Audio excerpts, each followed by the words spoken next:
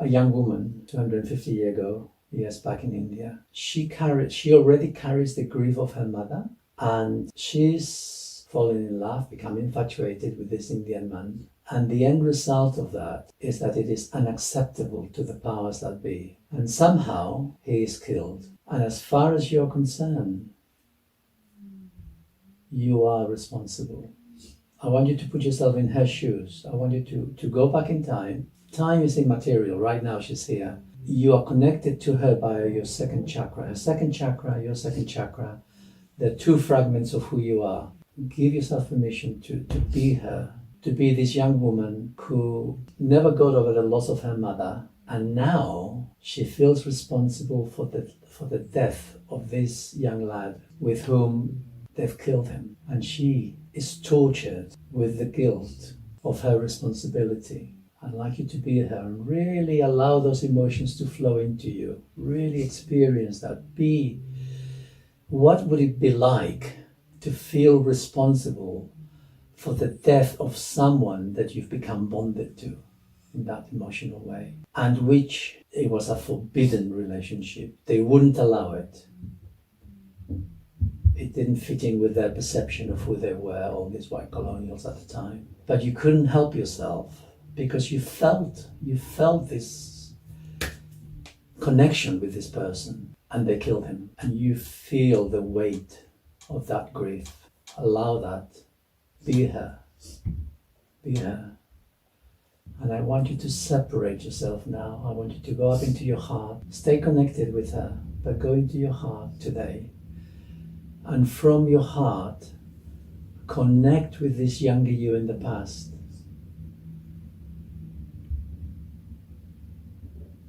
And let your forgiveness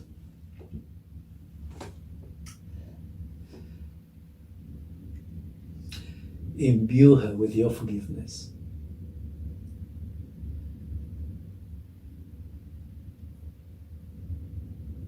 She couldn't have done any different.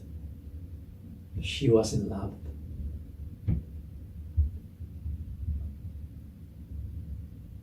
Her heart was her heart, her need was her need. And to be fair, so was his. The two of you are intrinsically connected in this love affair. She is not responsible for what others did.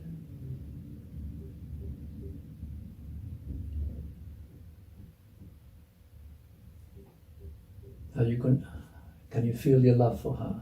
Yes. Your empathy? Yeah. Your appreciation of who she is and where she's at? Yeah. And she gave him love that he wanted from her, even though it was for a short time. Okay. So it was what he needed, what he wanted from her, and even though that they took him away, it wasn't her fault.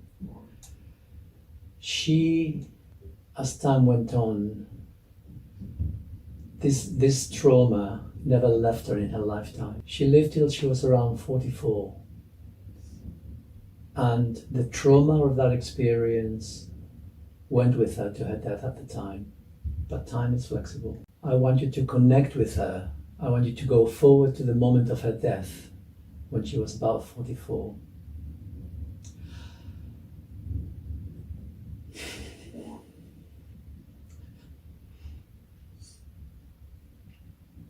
I want you to open up your heart to her, see her coming towards her death, into her heart, so that she becomes conscious.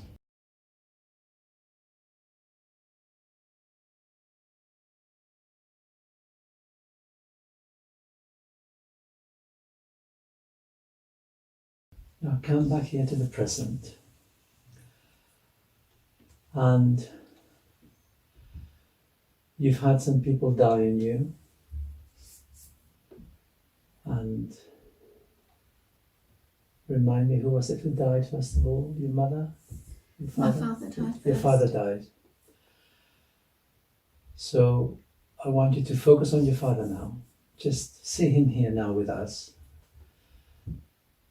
have the image of your father. And if he was alive right now, what do you need to say to him from your heart? What do you need to say? I love him. And I accept him with all of his faults. And Speak to him directly, please. See, he's here now with us. I love you, Dad. And I accept all of your faults. And I know that it wasn't your fault that things didn't work out in life. And life was difficult. You made wrong choices, and that's okay. I forgive you. I forgive you for leaving us so early. I want you to know that I never stopped loving you or missing you. And I feel such a strong connection to you all of the time. I think about you all of the time. And I just want you to know that I loved you. Maybe more than other people did, but I loved you lots. And smile.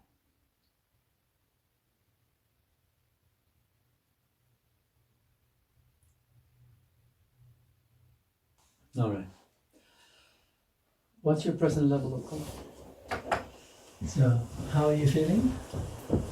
Quite relaxed, but quite sort of floating. Floating, yeah.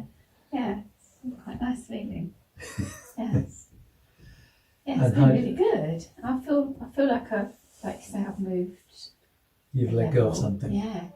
I feel like this was all meant to be, and that it's given me a focus